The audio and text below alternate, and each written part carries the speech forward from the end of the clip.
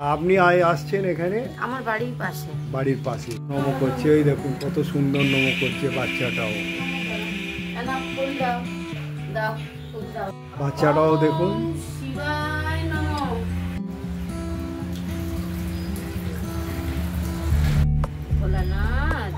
বৃক্ষটা হলো মা শীতলা। লাইট আছে। হাসনাবাদ লোকাল 7:40-এ 7 নম্বর প্ল্যাটফর্ম থেকে ছাড়বে। হাসনাবাদ লোকাল দিয়ে দিয়েছে সাথে 7:40। আজ আমার গন্তব্যস্থল বারাসাত। আজ আপনাকে নিয়ে যাব বারাসাতে। এই 7:40-এ দিয়েছে 7 নম্বরে 1 নম্বর প্ল্যাটফর্ম। আর এই বাদিক দিয়ে বেরিয়ে অটো স্ট্যান্ড, এইখানে যেতে হবে চাপাডালি মোড়। বারাসাত লোকাল ছেড়ে দিল 7 নম্বর থেকে 7:40-এই পাক্কা ছাড়লো। হাসনাবাদ লোকাল 7 নম্বর প্ল্যাটফর্ম থেকে ছাড়লো। আমি যাব বারাসাতে আজকে। চলো নিয়ে যাই বারাসাত। বারাসাত লোকাল 4 নম্বরে দিয়েছে। এবারে 4 নম্বর থেকে 8:30 এসে পৌঁছেছে এই 4 নম্বর। এই 4 নম্বর এবারে ব্রিজ পার হয়ে আমি 1 নম্বরে যাব।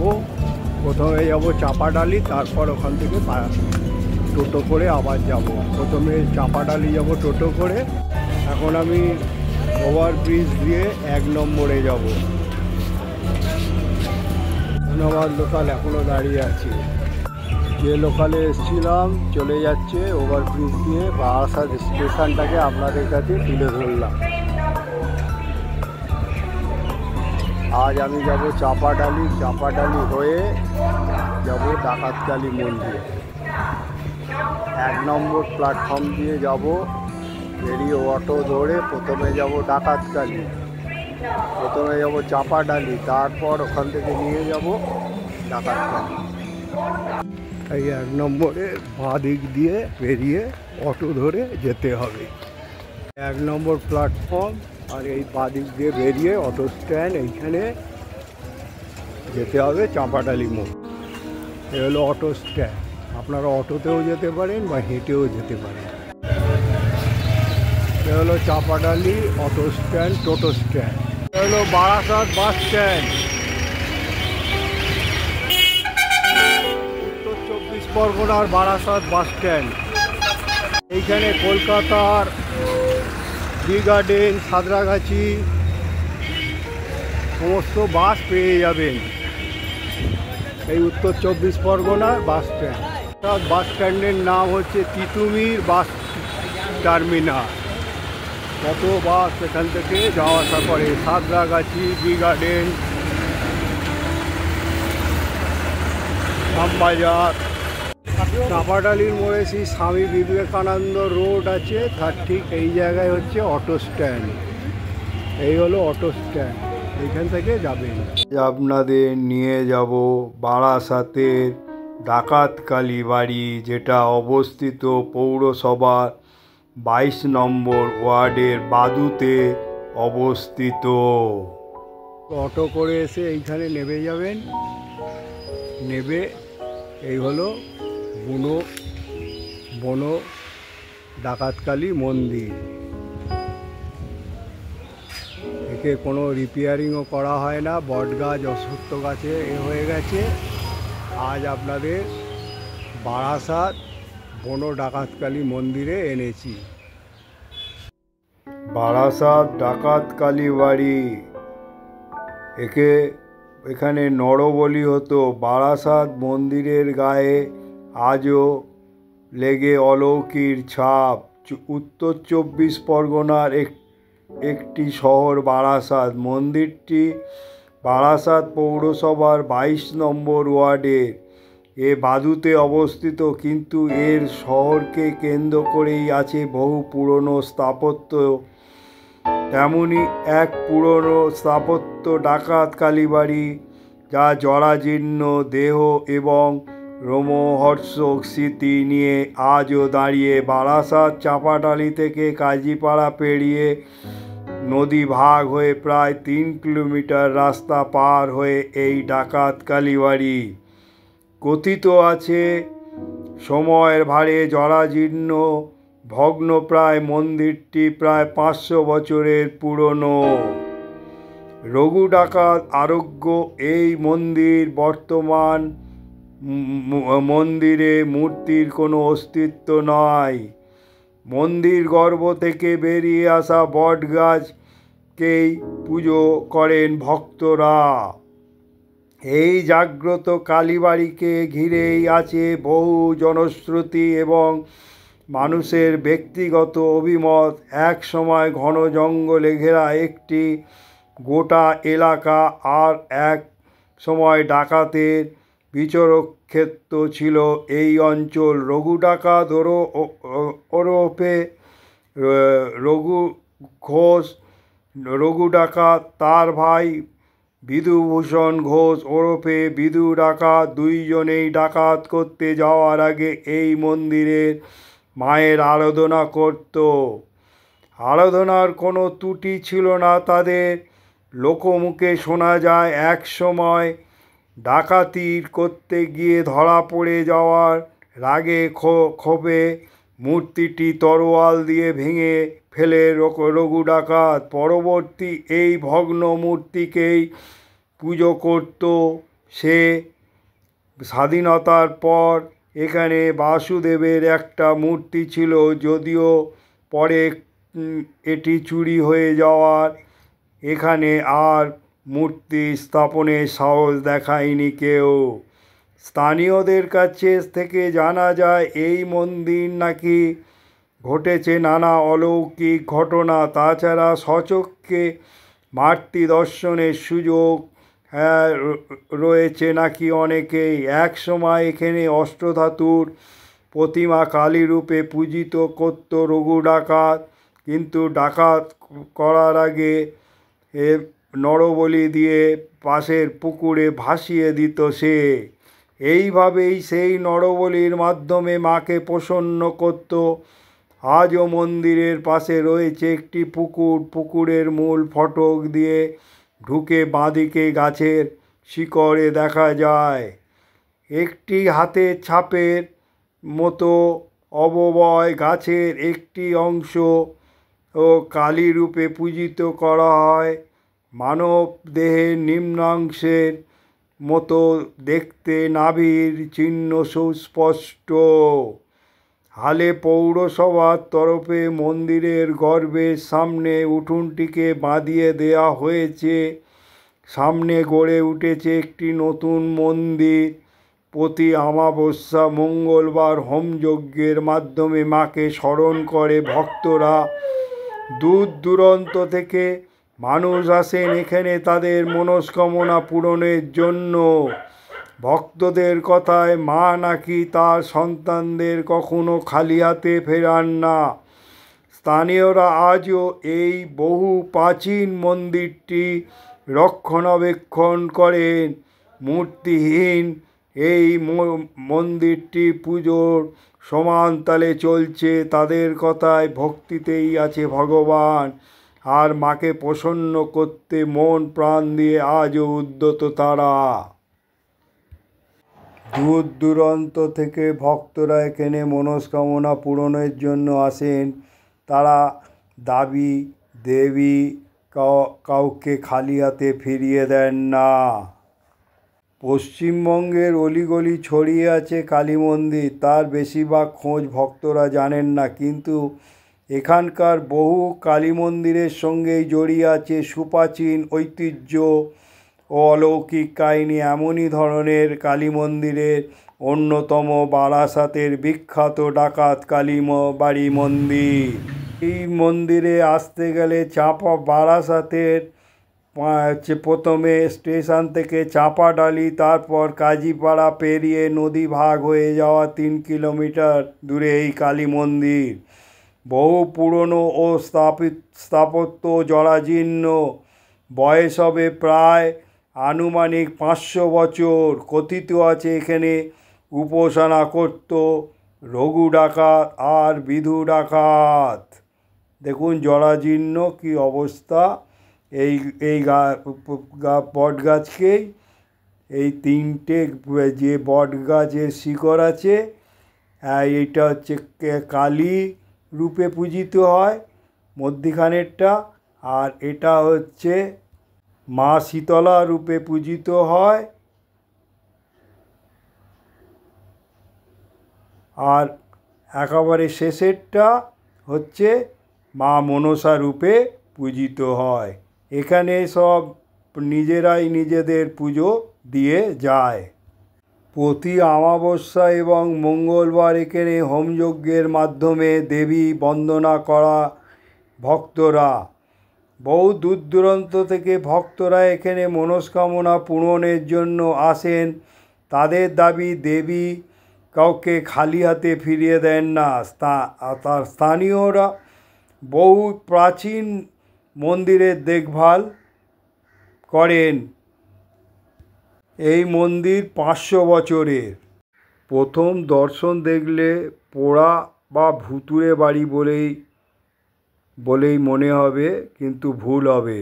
উত্তর 24 পরগনা জেলা সদর বারাসাত থেকে 2 কিলোমিটার দূরে এই মন্দির। কাজীপাড়ার বটগাছ থেকে নেমে আসছে অসংখ্য ঝুড়িতে আষ্টে পৃষ্ঠে বেঁধে থাকা একটা মন্দির ঘিরে জনশ্রুতি কম নেই। স্থানীয়দের মতে বলেন মন্দিরটির বয়স কেউ বলে 500 বছর, কেউ বলে 400 বছর। তবে সকলের এক বাক্যে মন্দিরকে ডাকাত কালী নামেই ডাকে। আর এই মন্দিরকে ঘিরে অসংখ্য জনশ্রুতি ও লোকগাথাতে জড়িয়ে রয়েছে বাংলার বিখ্যাত রঘু ডাকাতের নাম। তবে এখানে বর্তমান রঘু ডাকাতের আরাধ্য কালী মূর্তি আর নেই।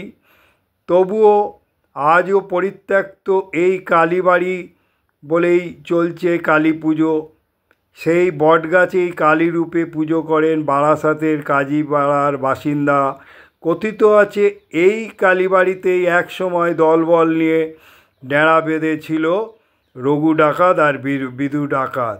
এখানে তিনি প্রতিষ্ঠা করেছিলেন এক অষ্টধাতুর কালী মূর্তি, যাকে পুজো করে ডাকাতি করতে যেতেন রঘু ডাকাত। স্থানীয় জনশ্রুতি একেবারে ধরা পড়ে যাওয়া নাকি রাগে তলোয়ার দিয়ে মূর্তি ভেঙে দেয় রঘু ডাকাত।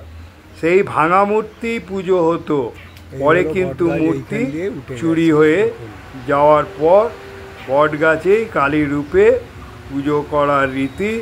ডাকাত কালী মন্দিরের মূর্তি ছাড়া এই পুজো বেশ অভিনব। এখানে যেমনভাবে পারেন পুজো করতে করেন। এখানে এক বজরংবলী মূর্তি রেখে দিয়ে গেছে, সেটাও আপনাদের তুলে ধরলাম। ঢোকার ডান দিকে একটা চূড়া বিশিষ্ট চালা বিশিষ্ট শিব মন্দির আছে, সেটাতে আপনাদের নিয়ে যাচ্ছি। আর এই হলো এরিয়া, কিছু গাছগাছালি দিয়ে ছোট্ট জায়গার ওপরে।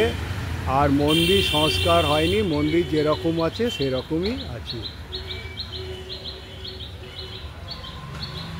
ধাপে উঠতে হবে, মন্দির বন্ধ আছে, আমি বাইরে থেকে আপনাদের তুলে দেখাচ্ছি। দেবাদিদেব মহাদেব বিরাজ করছে দেখুন এখানে। আর হচ্ছে নন্দী বাবাজি রয়েছে এই মন্দিরে, সেটাও আপনাদের দেখাচ্ছি। আর এই ঘন্টা রয়েছে।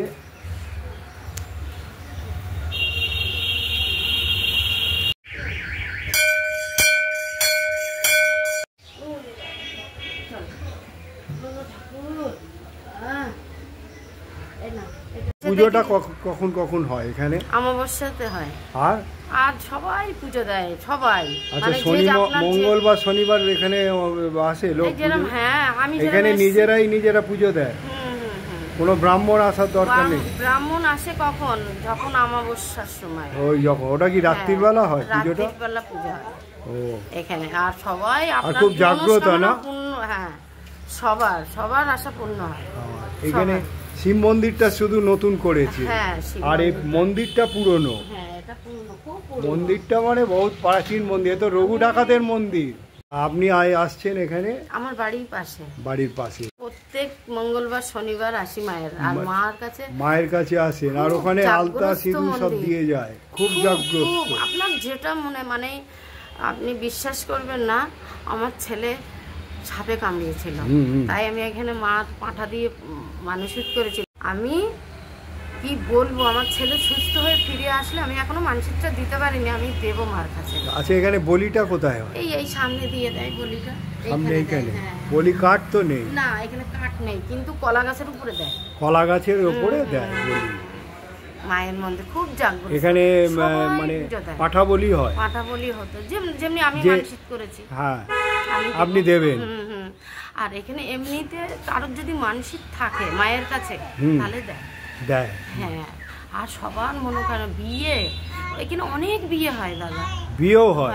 আর কি হয় এখানে? বিয়ে হয়, সবাই আসে, মানে ওই যে চৈত্র মাসে বাবার পুজো হয় না, ওই বাবার এখানে সবাই আসে। ঝাপ ফাপ যখন হয়, নীল পুজো খুব জাগ্রত। নীল পুজো খুব জাগ্রত এই বাবা, খুব ভালো।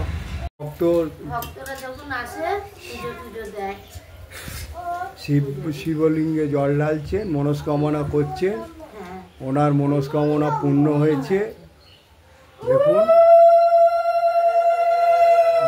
কত সুন্দর, বাচ্চাটাও উলু উলু করছে, বাচ্চাটাও কি সুন্দর করছে, উলু উলু নম করছে। এই দেখুন কত সুন্দর নম করছে বাচ্চাটাও। বাচ্চাটাও দেখুন। শিবায় নমঃ দাও, সেই মাথায় দিয়ে এসো। তুমি দেছো? ওরে বাবা রে, দাও ঠাকুরকে। ওম শিবায় নমঃ, ওম শিবায় নমঃ। এই মানুষ আছে। আচ্ছা, এখানে যেদিনে শাড়ি দিতে হবে আগে থেকে বলে দিতে হয়? না দাদা, সেই অমাবস্যার দিন আপনি এসে সবাই আসবেন, বলতে হবে না। ওম বলো ওম শিবায় নমঃ। বলেছ? হ্যাঁ, ওম শিবায় নমঃ।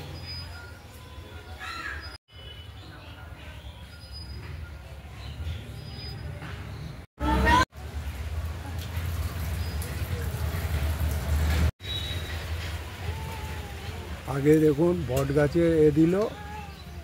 এখানে কিন্তু আমি একটা দেখলাম, শিবকে আগে পুজো করে তারপরে মা কালীর কাছে বট গাছে গিয়ে জল ঢালছে পুজো।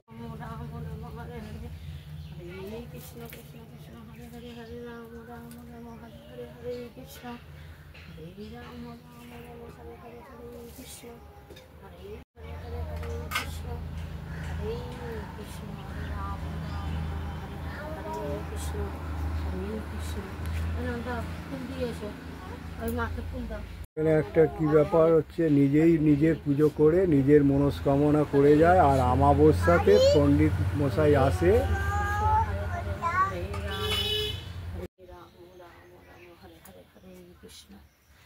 জয় মা কালী মা, বলো জয় জয় মা, ভোলানাথ। ধূপ মোমবাতি এক ভক্ত নিবেদন করছে বটবৃক্ষের এতে। এখানে কোনো মূর্তি নেই, আর ঘরের মূর্তি সব এখানে রেখে দিয়ে গেছে। আর বাচ্চা ছেলেটা দেখুন নমো নমো করছে, কত সুন্দর।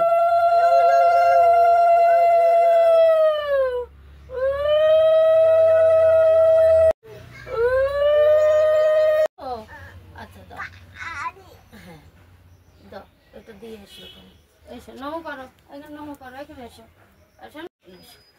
নম করো সব, নম করো।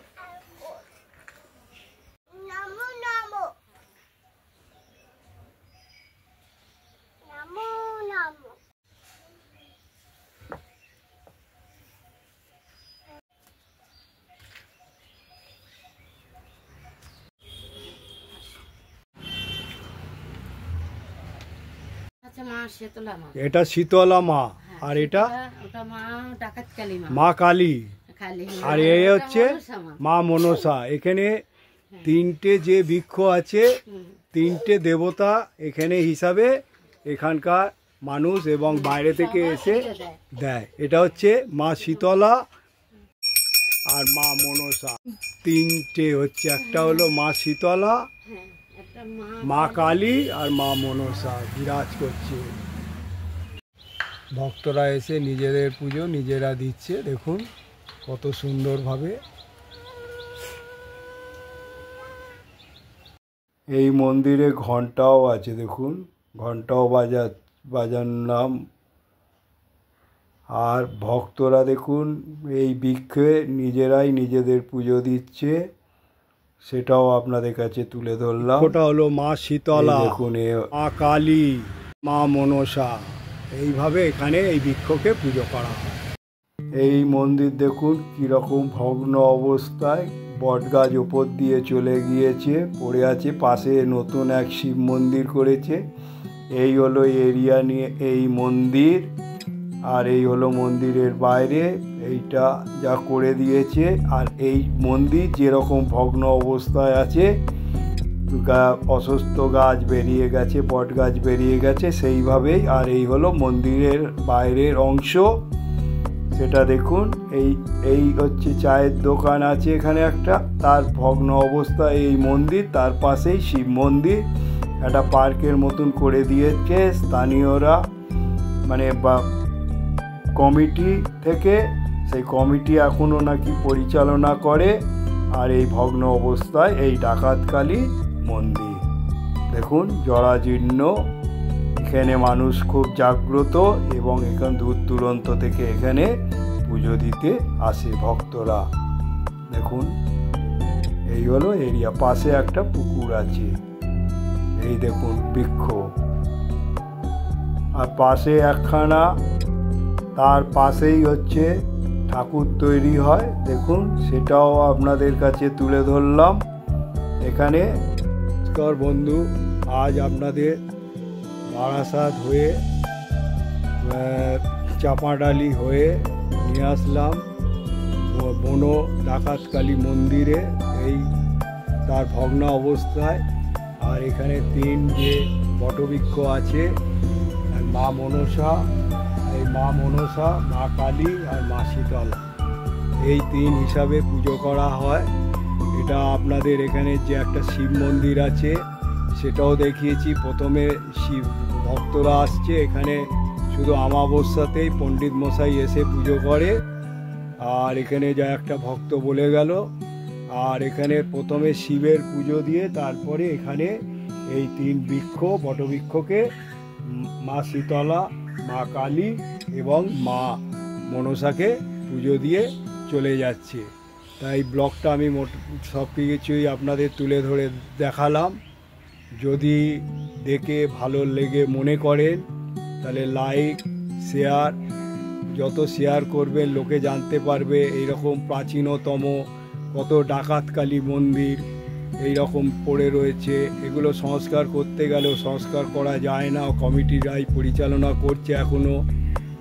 তা যত শেয়ার করবে লোকে জানতে পারবে। আর বলবো এখনও যারা সাবস্ক্রাইব করেনি অল বোতামটা টিপে দেবেন, আমি যখনই কোনো ব্লগ বানাবো আপনারা পেয়ে যাবেন।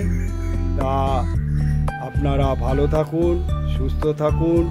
জয় মা কালী, জয় মা শীতলা আর জয় মা মনসা বলে, তারপরে জয় বাবা শিব বলে আমি এখান থেকে বেরে আমার গন্তব্যস্থলে রওনা দিচ্ছি।